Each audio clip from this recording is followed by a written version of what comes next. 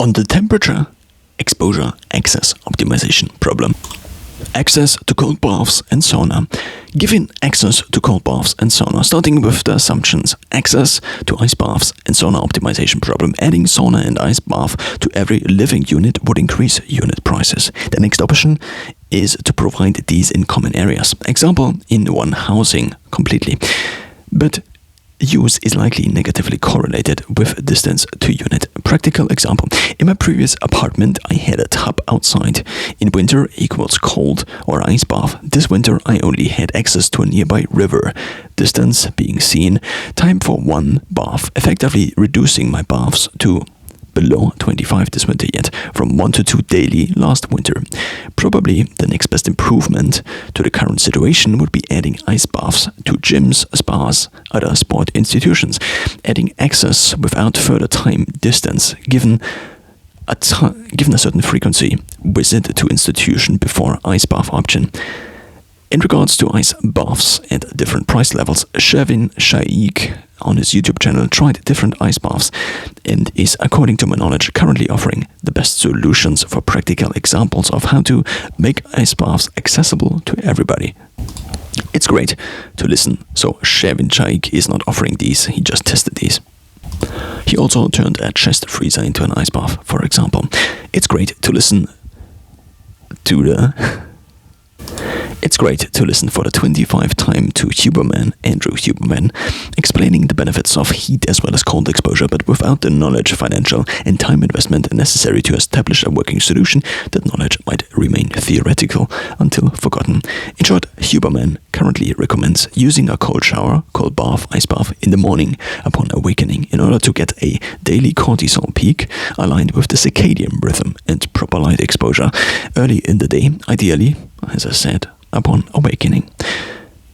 To avoid cold exposure directly after workouts in order to not stop the training-induced inflammation, to not do cold exposure too close to bedtime due to the necessary rise in body temperature in order to counter the cold, whereas for sleeping you need a lower core body temperature. To this point I have to add from my personal experience, I started showering years ago, and also 4 years, about 10 minutes before bedtime. In most cases, if not still on higher body or skin temperature from caloric input or exercise, a shower lasting maybe 5 minutes with washing in between. In total, with varying temperature dependent on the outside temperature influencing the water pipe temperature. Usually the cold showers had a cooling effect actually. And then I could maybe sleep better. So I had this period in which I fell asleep within minutes for weeks, months, and this is probably also the period where my resting heart rate was the lowest. I also slept in a very cold room in that time. My daily routine last winter: in the morning, 10 minutes interval sprint training in the morning, with cold exposure right after, if I wanted to. Making it mandatory usually led to overall less adherence. In the evening, total ideal time for workout plus changing plus showering, including the cold ice bath, 1 hour. Included 10 minutes of changing into workout clothes, 30 to 40 minutes of core training time, strength, cardio or mix depending on day. On average, about 1 minute of cold exposure seemed to be reasonable, manageable in terms of required mental strength, also not spending too much time with these routines. My previous sauna situation: infrared sauna in a house nearby. Maximum temperature was about 60 degrees Celsius. I also tended to avoid it, to avoid resetting my overall temperature expectations. Example, always showering cold eliminates the question of whether this one time showering hot was useful. I am so sick I cannot shower cold. Similarly, I treated sauna as something that would reset my, over the years in my case, more than a decade of comfort built with the cold. I thereby mostly avoided the infrared sauna until Huberman convinced me otherwise. Interpretation of previous situation: theoretic access to 60 degrees or 120 Fahrenheit, so 60 degrees Celsius or 140 Fahrenheit infrared sauna, practically avoiding it 1 to 5 times maybe a year, access to real ice baths only with sustained outside temperatures below freezing point, equaling only a few months a year in winter, the cold part of winter. During the rest of the year, mostly only cold showers with either outside pipe temperature water or inside pipe temperature water. I did have access to an outdoor shower, but only if the average temperature wasn't below freezing point due to water expanding when freezing, risk of damaging the pipes that led the water to the shower. This is probably already a situation better than most people find themselves in. A sauna in general is a lot easier to find, if not having an apartment in the city, but maybe in the suburbs with a little more space, maybe even owning a house. This, on the other hand, drastically increases the access threshold due to temporal or financial investment needed for installation, self or outsourced. Another constraint to think about.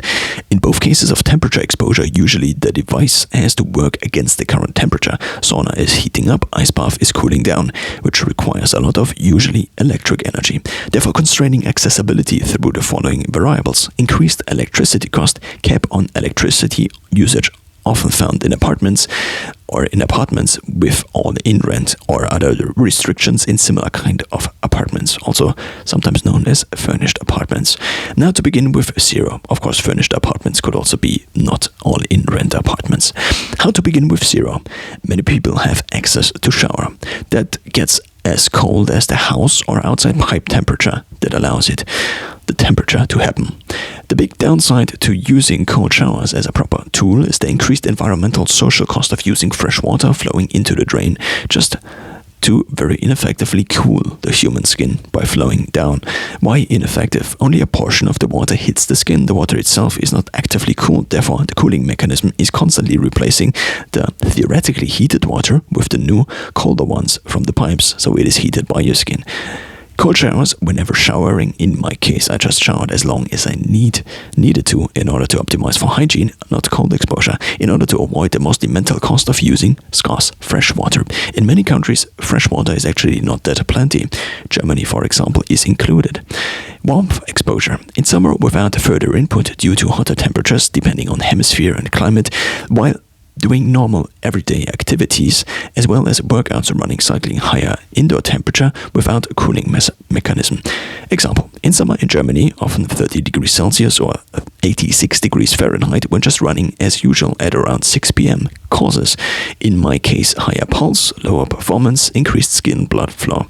Cold temperature, no, not cold temperature but cold exposure can be done in winter by removing layers of clothes. I often did the 10 minutes morning run or interval training in tank top, shorts, sneaker socks and barefoot shoes, often snowed below freezing point. This is, as well as cold exposure in rivers and lakes, quite risky due to body temperature without activity often falling within minutes to critical temperature, depending on temperature adaptation level. Iteration 1. So, to sum it up, this was if you don't invest any more time or resources into access to hot and cold. Iteration 1 would be the next step, basically adding deliberate heat exposure, not just using yearly temperature fluctuations, therefore only long-term adaptation cycles in the form of sauna. In my case, I specifically searched for a gym with a sauna that happened to be also the closest one, and am now paying about 25% increase for the premium membership that includes the sauna. The basic one doesn't. In addition, there is a bucket shower next to the sauna, which seemingly is filled with at least pipe cold water.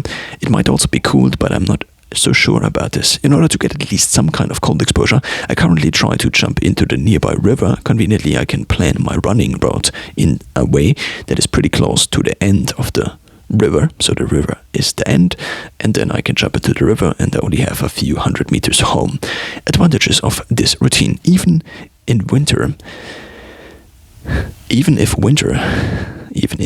my body is heated up already. I am already warmed up and have been moving for 30 to 40 minutes. Reduce associated risk with cold exposure in lakes, rivers in winter, if I'm not jump starting just from not moving before. Iteration 2. Adding deliberate cold exposure. A comparably easy option would be using the bathtub if in an apartment house you have or are renting, and provide a cooling mechanism of some sort. This also could be the luxury and option for having an in-house cold tub. With current technology, we already made a tub filled with hot water happen. The only thing one had to change would be either to cool the water that is coming out, of the pipes, further by ingesting ice cubes, advantage the same material as water, or another cooling fluid or solid. Ice makers are already part of many luxury fridges. Either put an ice maker fridge next to the bathtub or embed it into the bathroom. My parents, for example, still bathed with water from a wood stove one of my parents still bathed when being a child with water from a wood stove next to the bathtub.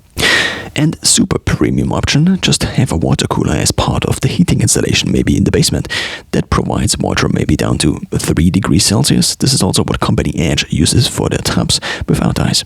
So Edge offers inflatable cold plunges. They probably already thought about the optimization of not freezing their pipes and nonetheless lowering the minimum temperature, and came out with 3 degrees Celsius or 37 degrees Fahrenheit as the optimal temperature. Maybe it's different with metal pipes indoors, but also the freezing of pipes indoors is probably less of a problem given the overall higher temperature of indoors, also reflected in the water pipe temperature.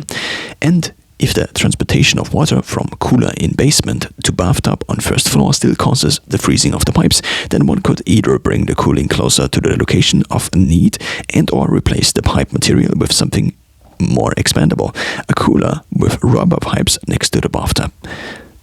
But as long as the temperature of the water is not freezing point, there is obviously not really a reason indoors for the water to freeze. I already thought about getting one of these tubs, these inflatable tubs from Amazon, not the one Edge offers, so this is more on the professional side, and then having filled it constantly with water. Now, about the cooling using a tub. I currently have a small fridge with a freezer department. I could freeze some ice for daily ice baths in there, and additionally I could get a second fridge with a freezer unit or a fridge. I actually already got one. After having written this, the smaller the fridge, the less thickness proportionally to the usable space inside makes sense. Therefore, the smaller, the less energy efficient. Potential environmental concerns. Again, energy bill. Apartment rules, no big device like fridges or big devices like fridges, stoves, sauna maybe are allowed. The biggest constraint I am currently operating on, space. Unless I rent a bigger apartment, there is also just not that much space left for even a foldable tub. That due to not wasting water for 1 to 2 daily cold baths, I would not fold down and dump all the water daily. The solution has to be at least somewhat sustainable. The closest I could get at comparably low cost, buying a used or new small freezer actually. I'm referring to a freezer here. Using zipper bags filled with water and throwing them into an always filled tub in maybe bigger bathroom than currently.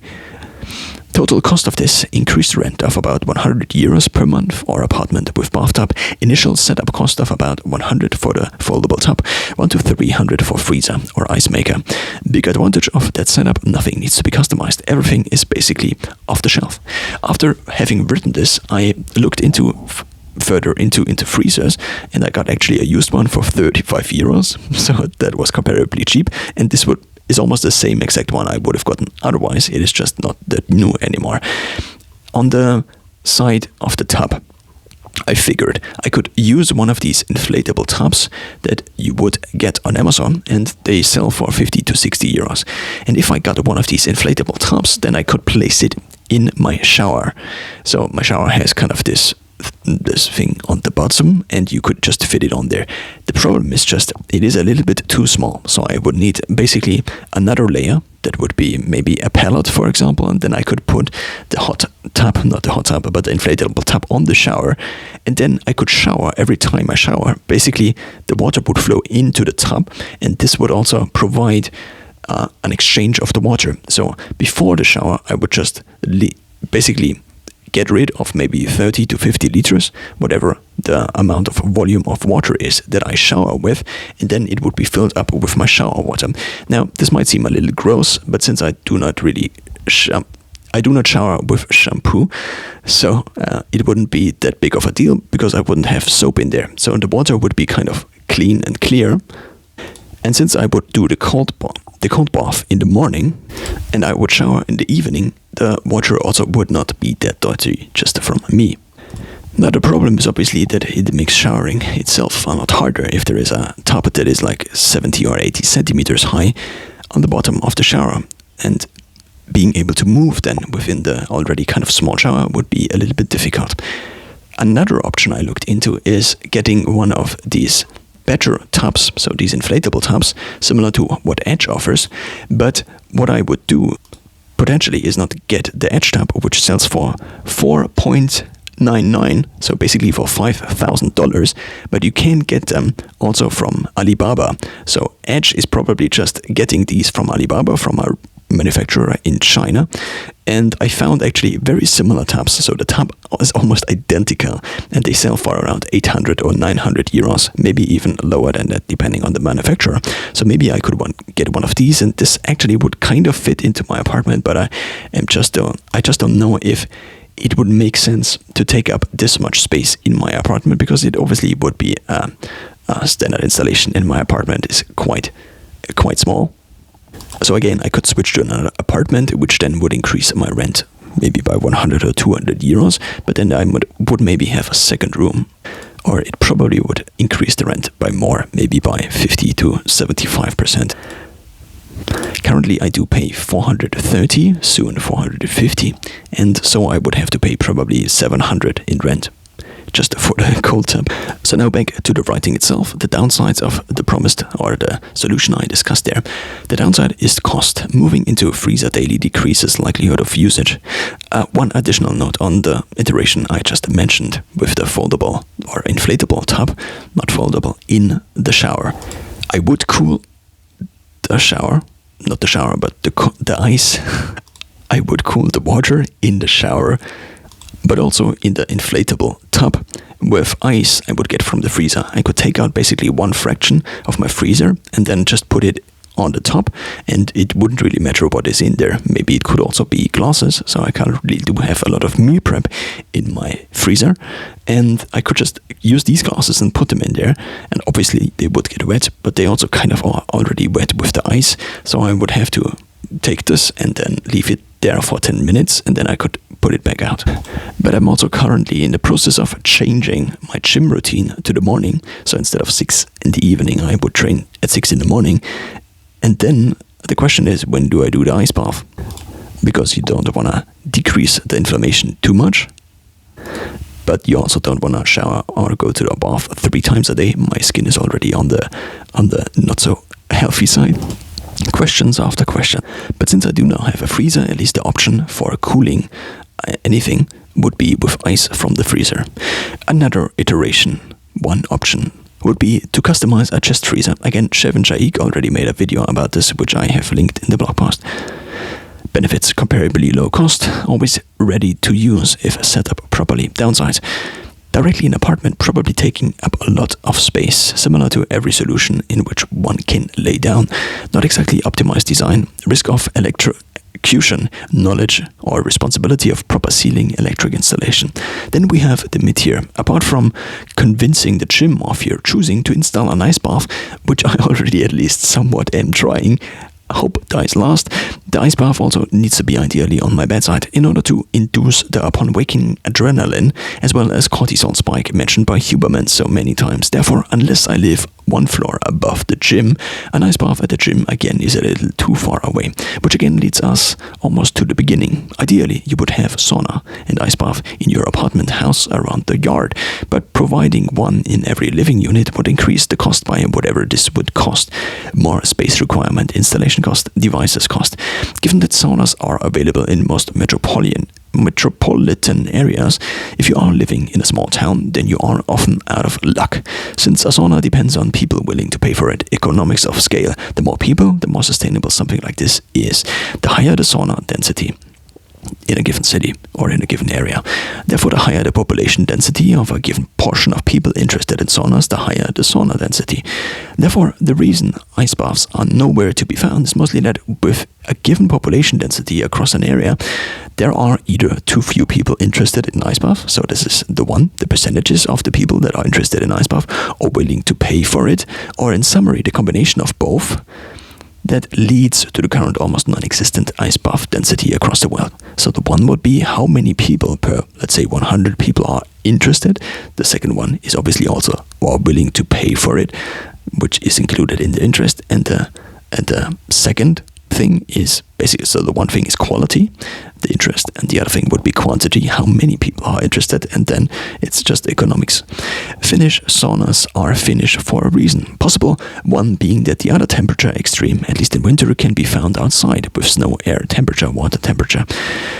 So I'm referring to going into the sauna and then going outside again and then into the sauna, which is basically a very similar protocol to what Huberman also recommends for growth, not specifically for growth hormone, but for hormone optimization.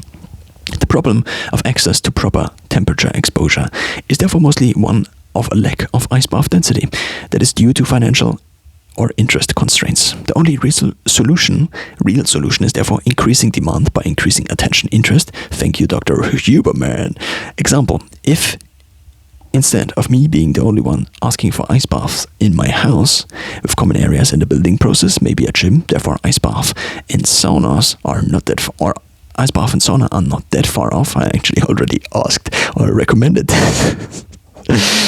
and at my gym I already also wrote like 5 to 10 feedbacks and also encouraged other people to write feedbacks for ice baths. There would be 100 people asking.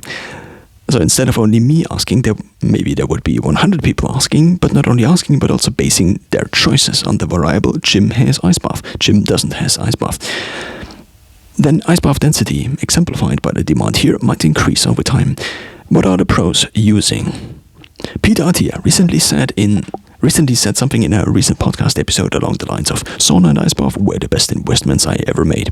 He also, as I listened to more content of Peter Attia, he also mentioned that he does it, I think, 3 times a week, and he just does it with his wife, and they talk inside there. He was comparing basically the opportunity cost of doing something else, but since they are talking, and this is kind of a ritual for them, he sees the ice bath. Not only, so there is an argument to be made that there are Finnish studies which show that there is a decrease in mortality, but it could be a correlation. So maybe not cause the sauna would not cause this, but maybe healthy people just are more likely to also go into the sauna. Or is it maybe the other way around? Is the sauna also causing people to be more healthy, or is it both? That's the big question here. So Peter Attia mentioned he now does it 3 times a week and just goes into the sauna 3 times a week. Maybe it's also slightly different, but that's what I'm remembering. So he probably has both, one in-house and also a garden. Yet there is no visual reference to be found of that on the web. Andrew Huberman also recently finally picked up ice cold baths, and apparently, as of writing this, he has talked a lot more now about ice baths, and he also previously mentioned all the time that he doesn't want to go into ice baths, but now he seemingly does them. Apparently also invested in a at-home solution for both. I think he now currently does daily ice baths upon awakening, and this is what he didn't recommend like only a few months ago. So, well, Joe Rogan, also a fan of temperature exposure. Oh well, I found actually what Andrew Huberman is using. I don't know if I have already it in the article, but I found it later on. So Andrew, that's also in the article, so we will cover this shortly within maybe 1 or 2 minutes. So, Joe Rogan, I found a video of Joe Rogan, and there is a thumbnail of him, and there is also a video of the brand actually, where he talks about his ice bath. So what he is using is a Morosco Forage cold plunge, which can be found on the internet, which sells for $12,850. Ben Greenfield, also biohacker, more on the do this side, and he recently, so he was kind of quite famous on the internet for being a biohacker, but as of recently he is diving more and more into religious and spiritual themes. Also biohacking more on the do this side, less on there was a meta-analysis of this study on. Also is at least promoting this exact company as seen here. So on the Morosco website you also find Ben Greenfield. This company is also on the higher end, called Blue Cube, so it's another company, and they make the Blue Cube cold plunges, very similar to the Morosco ones. And also is sweating conveniently with Mr. Beast's thumbnail face. So I'm referring here to, what am I actually referring to? I don't know. Chevron chairs. 3 different ice baths with us. I'm happy for everybody who got the joke. Has a custom-built chest freezer and one of these black barrels called Ice Barrel. At least he tested one of these. And recently he made a video. At least for the video, he had an Edge cold tub, the one that sells for $5,000. Then there is the plunge, which is another option. Just like Conor McGregor, Rich Roll, and Rhonda Patrick, you can plunge too in the plunge. So this is more like a bathtub, but it's a very edgy design. So whereas the others are made of steel, probably, or metal and wood, this is made of probably ceramic. So if you have this outside, it is also white, so I don't know. Andrew Huberman is at least standing in front of a plunge in this video, where he states, "Today's a great day. The folks from Plunge," so the one we just discussed, have brought the Huberman Lab podcast a brand new cold plunge. I'm delighted because I've been doing cold exposure and so on and so on. So there's a video on YouTube where Andrew Huberman, the big Andy, the big A, is standing in front of the ice bath, the plunge. As I wrote this, I also heard him say on another podcast that I think he has 2 ice baths. So the plunge, but he also does have another one. If I remember correctly, it might be also the Morosco, so the same one Joe Rogan also has. It is for you to judge how much sense it makes to have 2 ice baths. But I mean, he is running a show with a few million subscribers, so he probably got the plunge for free. So I guess it's fair to say Huberman is using this plunge still, assuming he is not doing some Gary V-style garage sale flipping of sponsored items every month. I found no information apart from the above already inserted podcast where I think he said something along the lines of just get a barrel sauna. But I think he also mentioned multiple times now that he has a sauna, and he also mentioned multiple times on multiple podcasts that he might also get a sauna for other people. So maybe he has one similar to these barrel saunas. KT Type A, another biohacker health optimization channel, recently made a video about her sauna, apparently an infrared one that goes up to 60 degrees Celsius. According to a blog, it is the Sunlighten sauna. She apparently has an ice barrel as well.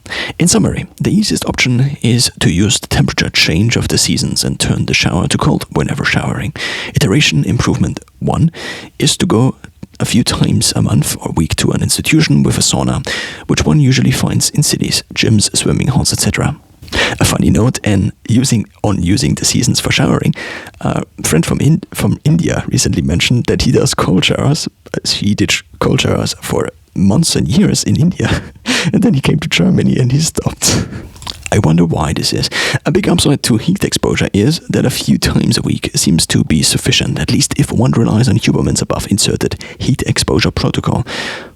So he has different protocols for sauna. One is to do all within one day. So this would be the protocol where you go cold, then hot, then cold, then hot. So maybe 20 minutes or 15 to 20 minutes of sauna, then a few minutes of ice baths, and so on. Now for this protocol, ideally you need a sauna and an ice bath next to each other. At home, cold ice bath of some sort. Inflatable built-in tub with filled ice from grocery store or freezer. The one from the grocery store is probably quite expensive. Biohackers like Mike Henner also has a YouTube channel, and Shervin Shares talked about his friend Mike Henner, that he did this just buying ice from the grocery store, which is obviously a lot of work because you have to run to a grocery store every time you want to do an ice bath. In addition, it probably was a few $100s, if I remember correctly, a month. The next best solution is to have either the same tub but a professional cooling solution of some sort. Just a quick calculation, if you maybe spend $300 a month on ice bath, or let's say $200 a month on ice baths, then you already could afford the one, at least from Alibaba, which sells for around 800 euros or dollars within 4 months. Back to at-home cold ice baths of some sort, or buy a professional tub with built-in cooling solution. That is obviously the best solution. The premium tier option would be to have it built into your apartment using externalized cooling, maybe in the basement. In theory, an at-home sauna as a next step. But if living in a city with access to a gym with sauna, the time management place cost of having an in-house, in-apartment sauna is probably not worth it. Also, if going to sauna after the gym sessions, for example, then having a sauna at home rather than directly going into the gym might not be that useful. With showers, with the option to go somewhere else afterward with no maintenance cost. So basically, I'm talking about the gym here. You can go working out at the gym, then you go to the sauna, then you shower, or you shower basically after working out, then you go into the sauna, then you shower again, and then you already are at the gym and can go somewhere else. With no maintenance cost apart from what you pay for the gym membership, with almost no additional time cost apart from the time spent in sauna, seems to be mostly irrational to do otherwise. Therefore, an at-home sauna mostly makes sense if one additionally already trains at home and not in a gym, or has a long way to the gym, or for whatever reason one doesn't combine the workout and the sauna, which again comes with maintenance, fewer machines, but on the upside, so I'm talking about the home gym here, but on the upside, a drastic increase in accessibility. But most people probably are better off not having a complete home gym sauna ice bath at home, and apart from the exceptional millionaire or billionaire, most people are probably somewhat constrained given financial and spatial resources. Similar to human transportation optimization, the optimum to temperature exposure tools, aka sauna and ice bath, lies within a similar spatial solution space compared to other health-related tools, places, optimizations. At a given population density, the factors deciding whether and in what density these solutions exist might be financial, geographical, or spatial. Another note: access to these so helpful tools ideally could be universal, but due to many factors, of course, countries, populations with more financial resources probably profit from health optimization tools like these first. In my case, my gym with sauna is a few hundred meters away. A less distance would likely increase scheduled workout adherence, but of course, more distance also means more deviation from geographical base, which also could have upsides like meeting new people outside of the home, run, groceries, work radius. I really have been thinking about how to get all around access to a cold plunge. The solution with an additional small freezer, as well as renting a slightly bigger apartment and having either a tub or affordable one, seems to be the next step to go. So I already bought the freezer, but now I'm kind of stuck. This winter I really missed the calm of staring into the cold winter night sky, while adrenaline rises, while all my problems slowly fade into irrelevancy. And then the calm and joy afterward, even entering an often only 15 degrees Celsius apartment.